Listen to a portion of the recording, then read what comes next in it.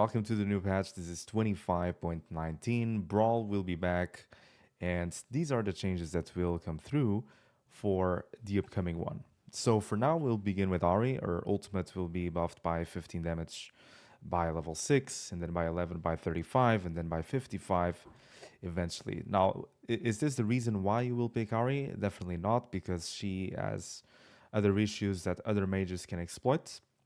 So Ahri is in a vulnerable spot, which is why she disappeared a lot from the meta a couple of months and patches ago.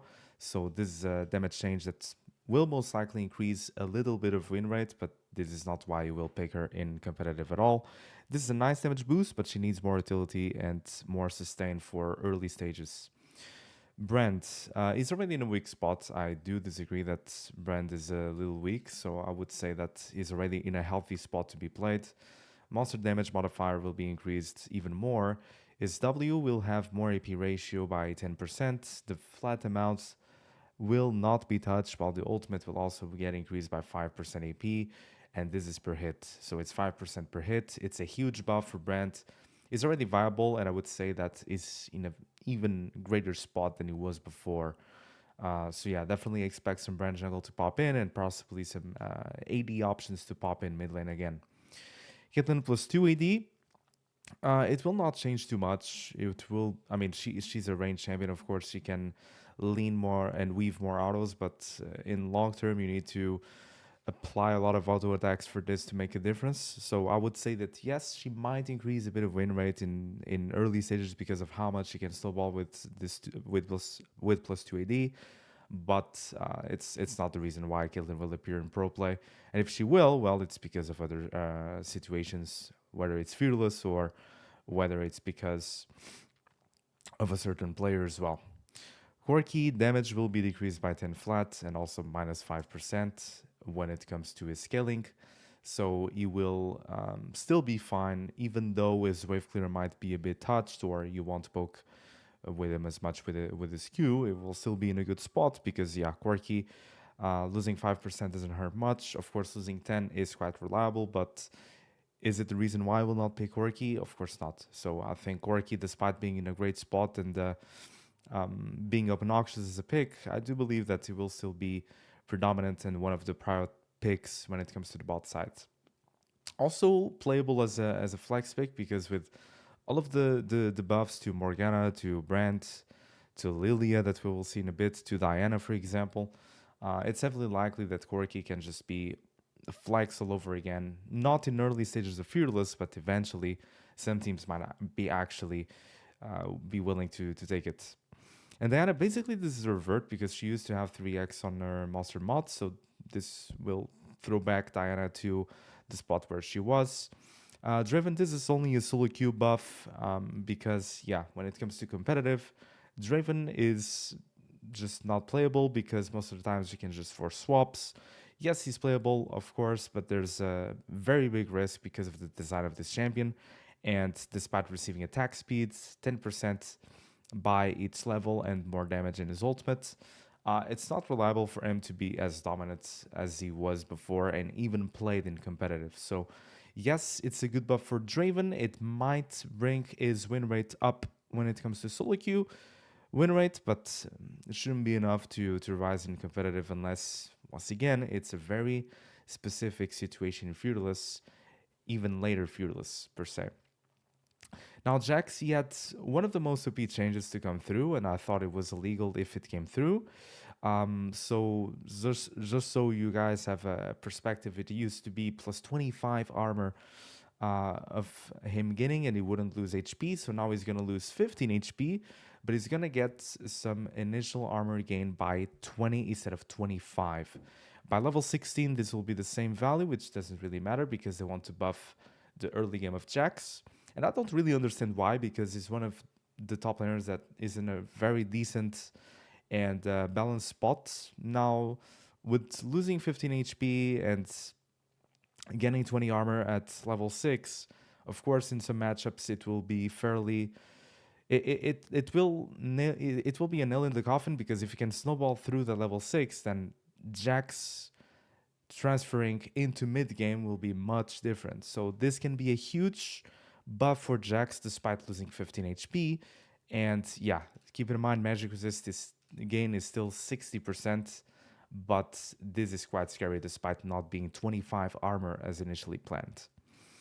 Jinx, from level 1 to 5, she will basically have a better time in laning because she will have more range with her Q and more damage also in E, so plus 20 damage. Of course, this is reliable and this will increase Jinx win rate and make her more viable in pro play than she already is. I think she's very playable with compositions where either you have an easy reset trigger with your composition, or you have a solid front line for you to be safe, along with a nice peeling backline as well. So if you have Ornstein or Xante and you have either an enchanter or frontline support, and you can actually skip early game and play with swaps, then it's really good. But when it comes to solo queue, of course, this will still help Jinx a lot because, yeah, getting more range and the ability for you to space better and easy and in an easier way as well, it makes Jinx more difficult to actually punish. About LeBlanc, finally she's getting a really good buff too. She's getting 10% AP ratio into her distortion, and her mimic is also getting that same amount, 80%. So she gets plus 5% instead of the plus 10 because it's 75 on the mimic. And this is only for distortion as well, which is RW. So yes, keep in mind LeBlanc will be quite picked. I do believe in Worlds she will appear as well. Not in early stages, I would say, but I would say that eventually in Fearless, Game 2, Game 3 onwards, she might actually appear when it comes to some vulnerable compositions. For example, if you want to play Jinx, well, Blanc is a great champion for you to try to one-shot the champion, despite her having some peel options or even frontlining options to play from flanks. Lee Sin armor growth is going down for scaling. Doesn't really matter, but the Q damage is where it really hurts because it goes from 155% bonus AD to 95, so this is a huge nerf despite getting some base value. Yeah, so early game, it will still be a nerf overall, so they really want to get Lee Sin. I don't understand why, but it really hurts the champion despite getting some base amount going up, which doesn't really make up for the loss in percentage bonus when you buy items, of course. Lillia, she will have more damage in her ultimate and less cooldown in this spell as well, so it will be minus 10 seconds on each rank, and the bonus damage will increase not only in flat amount but also in percentage by 5%. So I do think that Lilia's R is not the main damage source that you should look up for. Of course, the cooldown is the biggest change, I would say. Having minus 10 seconds is the biggest change in comparison to the damage. Of course, the damage is nice, but our dot part of the kit and the damage is where it really matters. So I wouldn't say that this is going to matter a lot. Of course, it helps, but the main change is going to be the minus 10 cooldown in her ability. Moving on to Mel, her passive is going up in late game, basically. Early game is not going to be touched. Her scaling is also going up, so it goes into 9%, and this value goes into 27% AP, which makes you want to weave her more auto attacks. So yes, it's a nice late game buff for Mel if she can hit champions with her basics more while weaving spells. She will deal a lot more damage. So this is a nice quality of life change for Mel, and she kind of needed it for the later stages into these type of compositions. Pantheon possibly is going to die in the jungle because, well, is going to drop 15x and is perma getting nerfed when it comes to his jungle clear. His jungle clear is nearly off 330, which means with this change is probably and heavily likely not going to be pro viable anymore. Yes, you can play him in solo queue and probably skip camps and try a cheese or two, but when you lose this amount of damage in monsters, yeah, if you take too long to clear, then you are not a champion that can be played in pro play because something that really matters is how quick you can clear and if you can reach crap with all the camps being done, which I do doubt that Pantheon will actually do it. So yeah, I do believe that Pantheon will be completely outside of the meta, at least for the jungle part and the other roles, well, they will probably still be played in solo queue, but not for jungle for sure. Speaking about broken champions that were here for too long, well, Poppy is also getting a nerf herself in the jungle as well. And also in her ultimates, basically. So when you cancel your ult, you would have it back after 15 seconds. You can have it back by pressing B or whatever.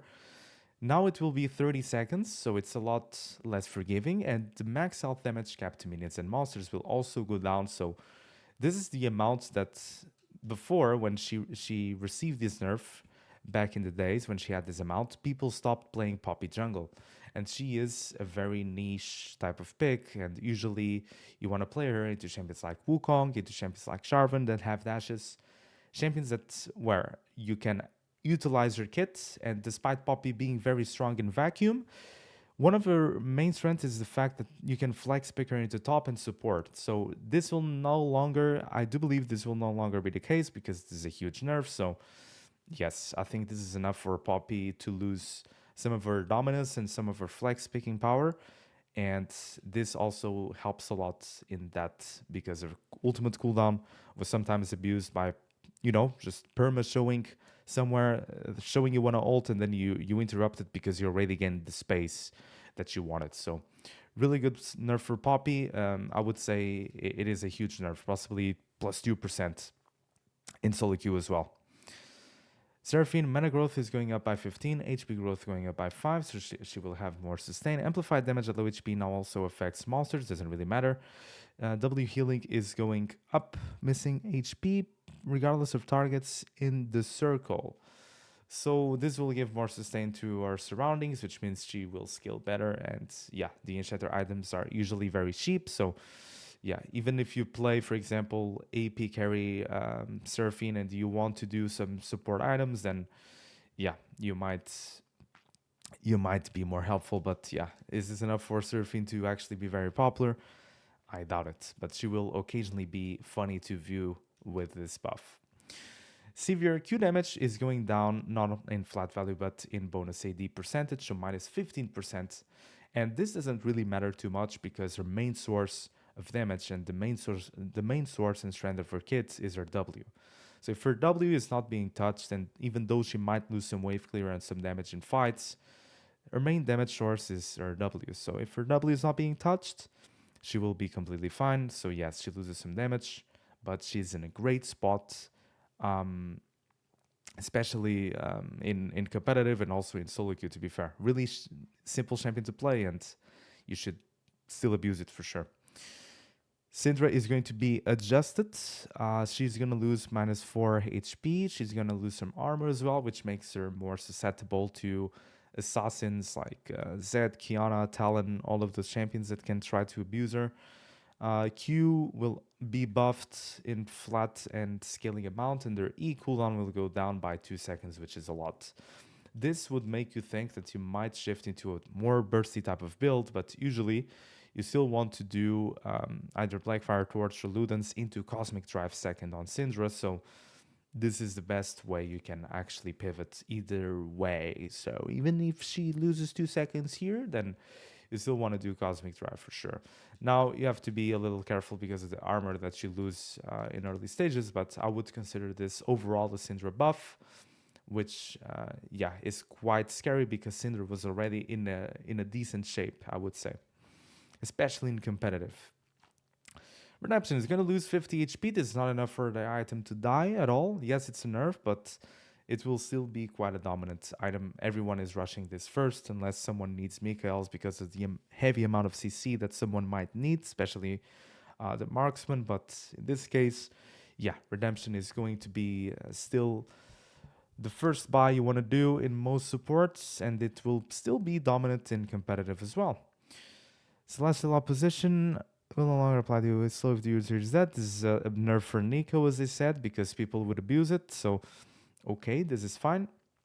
Unsealed Spellbook is going to be heavily nerfed because this is per, it's recharge, so you lose quite a lot of time. I do think that a lot of supports might consider stopping to bring the Spellbook. Some will still still bring, but it's a big nerf, so it will be a lot more situational in comparison to just perma bringing it because of how OP it was. It will still be a fine option, but not as one-sided as it was before. So yeah, there's some Doom bots, ARAM changes, but let's do a TLDR of the patch and speak about what matters, essentially. Ahri is not going to matter. She will increase a bit of win rate. Brand was already strong, but he will be even stronger. These are really good changes. It might bring some AD champions to be more viable in the mid lane. Caitlyn doesn't really matter too much. Will be a slight win rate in solo queue. Corki, yes, you will feel this nerf a bit, but I would say it's overall placebo and it will still be strong despite losing 10 damage and minus 5% AD. Diana, she's going to be very strong. I do think that 3x is a huge amount, and when she had 3x, she was a really strong pick overall. And I think Diana will probably be a bit sleeper OP initially, and eventually people will start to bring her. And she doesn't need to necessarily appear with Yasuo. She's a very independent pick, and you can bring a lot of different champions and archetype of compositions where she fits without having Yasuo necessarily. Draven doesn't really matter for competitive because you can just swap, but for solo queue, this will be a nice buff for the champion. Jax, this is a huge snowball change for level 6, mostly despite losing 15 HP and not being as a huge buff as it was initially previewed. It will still be 20 armor coming off at 6, and if you can all in and gain an advantage because of the change, well, it is a huge buff for Jax before transitioning to mid game. Jinx Q range is going to be buffed, so this is a noticeable buff until level 5. After you reach level 5, it doesn't really matter. But if you are able to survive better or increase your pressure until level 5, then it's a reliable buff. It will not be a huge buff, but it will make Jinx healthier in her laning phase, especially in the first few levels. LeBlanc, a huge buff. I would say one of the winners of the patch because of the amount of AP ratio she's getting, because she really wants AP ratio, and she's the type of champion that wants to do Luden's Storm Surge into Ravenous or Void Staff, or even Crypt Bloom, depends on the composition and the opposition you're playing with. But I would say these are very good buffs for her to return in solo queue and also in competitive in some angles. Lee Sin don't really understand the nerf, but this is a sizable nerf, I would say. And yeah, it will be hard for Lee Sin to show in competitive. In solo queue, well, people will still play it regardless, but it's a noticeable change. Lillia, our damage is not the main source of damage. Of course, it's a nice damage buff. Plus 5% AP also helps, but the main source of damage is our dotting. But the main change for me is the cooldown being reduced. But overall, Lillia will show more, and Riot seems to want to increase the amount of champions that you can bring into the mid lane and also in the jungle to mix AP with AD and the AD with AP in those roles. So yeah, it might be an interesting patch to test some stuff around. Mel is going to be buffed in late game, only try to weave more auto attacks into melee type of compositions where you can actually utilize this by weaving spells after. So this is a nice buff for Mel, really good. Pantheon will be dead in the jungle. I'm almost sure this is more than enough to kill the champion because his clear speed will be way too slow. Poppy, I do think this is the same because when she had this value, she wasn't really played in the jungle. And the fact that she doubles her cooldown on interrupted channel makes it that she cannot cancel her ultimate and abuse it as much as people did before. So overall, yeah, this is a huge nerf for Poppy, and she will lose her flexibility power mostly. Seraphine, this will be interesting to see, but I'm not sure. Sivir will still be strong because her main source of damage is her W. Syndra was already strong. She's getting an adjustment, staying a bit more vulnerable, especially against AD champions and assassins.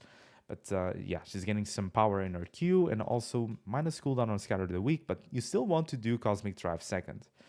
Redemption loses some HP, but it will still be a fairly strong item and rushable if you don't need Mikael's or Locket per instance. And Celestial Opposition, this is mainly a Nico nerf because, yes, you would abuse this tool with the W that she used to spam. Unsealed Spellbook, most supports will not take this one way. I think it's still fine to bring it sometimes, but this is a huge nerf for the rune. And if you really need Aftershock, or if you really need Glacial Augment or another rune, then people will have to bring Unsealed Spellbook. But it will be a lot less popular in comparison to what it was during the previous patches. This was patch 25.19, and we'll see you in the upcoming 1.20 before Worlds arrives as well.